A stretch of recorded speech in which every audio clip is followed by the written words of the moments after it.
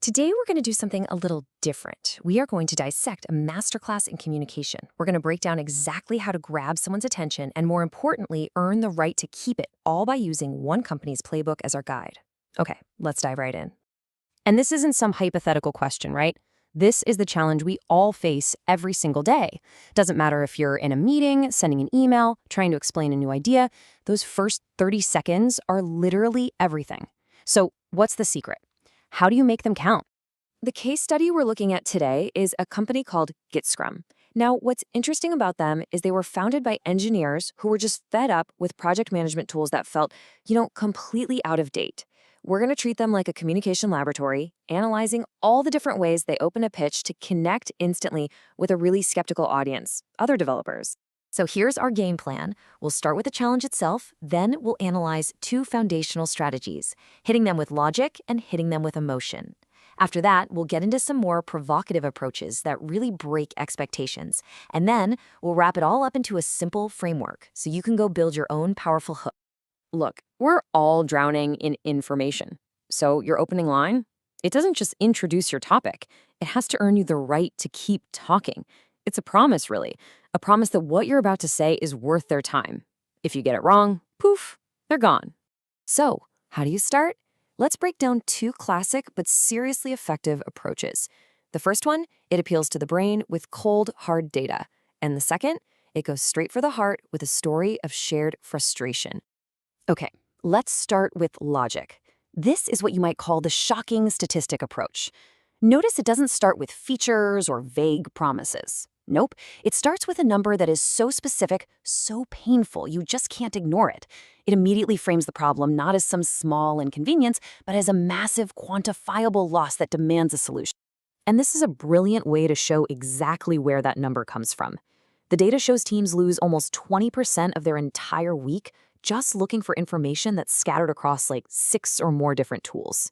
It visualizes this knowledge black hole, turning it into a measurable drain on productivity that's just impossible to ignore. So why does this work so well? Well, it creates urgency with a real number, and it quantifies a pain that most of us only feel abstractly.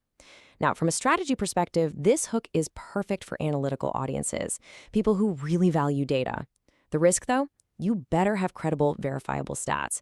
If your numbers feel like you just pull them out of thin air, you lose all credibility right there at the start. All right, now for a complete 180, we're shifting from the brain straight to the heart. This is the personal story. Instead of data, it uses this vivid, painful, and deeply relatable scenario. I mean, come on, anyone who's ever worked on a complex project has lived through this exact late-night nightmare.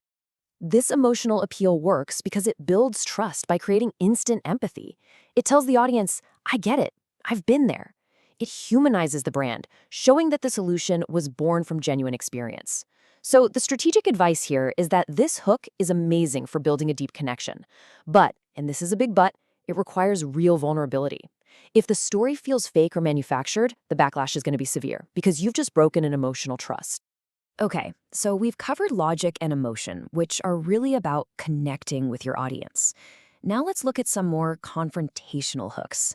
These aren't just about connecting, they're about challenging your audience, forcing them to see their world in a completely different way.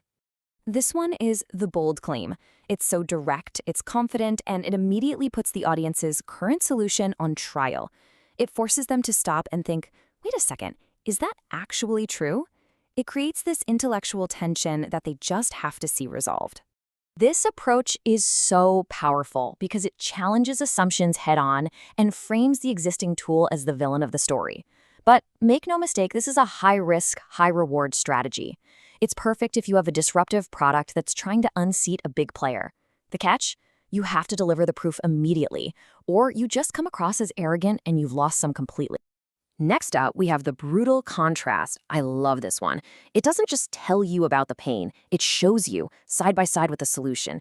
It paints this painfully familiar picture of complexity and all those bureaucratic clicks, and then contrasts it with this vision of effortless flow.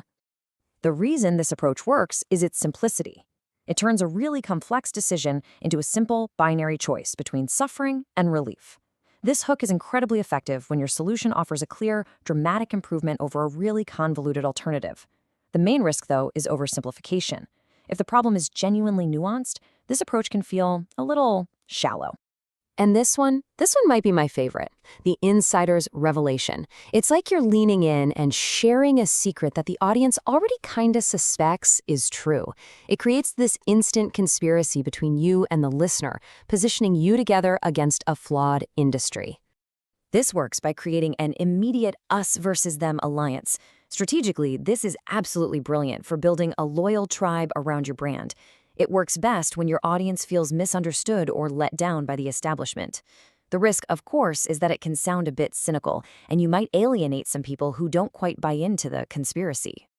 All right, so we've deconstructed 5 really powerful hooks, from the logical all the way to the confrontational.